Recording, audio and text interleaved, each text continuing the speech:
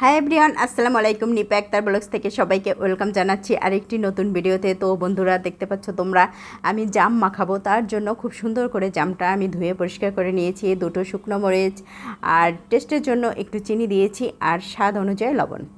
তো এখন দিয়ে দেব সরিষার তেল। তারপর সুন্দর করে চটকে চটকে মেখে নেব।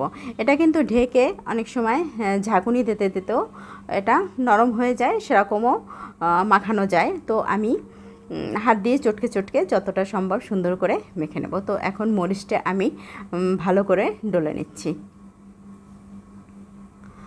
তো জাম মাখা খেতে কিন্তু অনেক মজা। কার কার জিভে জল এসে গেছে? আমার তো অলরেডি চলে আসছে দেখে। আর জাম মাখাটা অনেক মজা হয়েছিল। তো এভাবে আমি এখন সুন্দর করে চটকে চটকে মেখে নেব। তো এখন জামের সিজন, জাম মাখা তো প্রায় খাওয়া হয়। আর জাম মাখাটা স্বাস্থ্যের জন্য অনেক ভালো আর খেতেও অনেক মজা।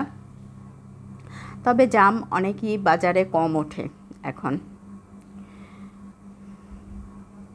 কিন্তু জামটা অনেকই মজার একটা খাবার, সুন্দর করে মাখালে।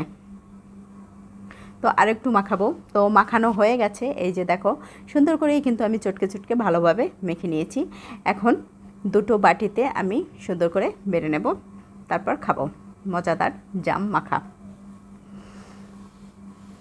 তো এই যে দেখো 2টো বাটি, এখন আমি 2টো বাটিতে বেড়ে নেব, তারপর খাবো।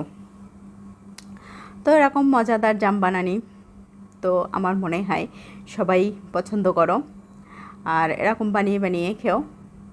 আর অবশ্যই ভিডিওটা লাইক, কমেন্ট, শেয়ার করে দিও। Facebook page, Facebook ID, YouTube channel subscribe করে দিও, ফলো করে দিও। তো আজকের মতন এ পর্যন্তই। তো ঠিক আছে, সবাই ভালো থেকো।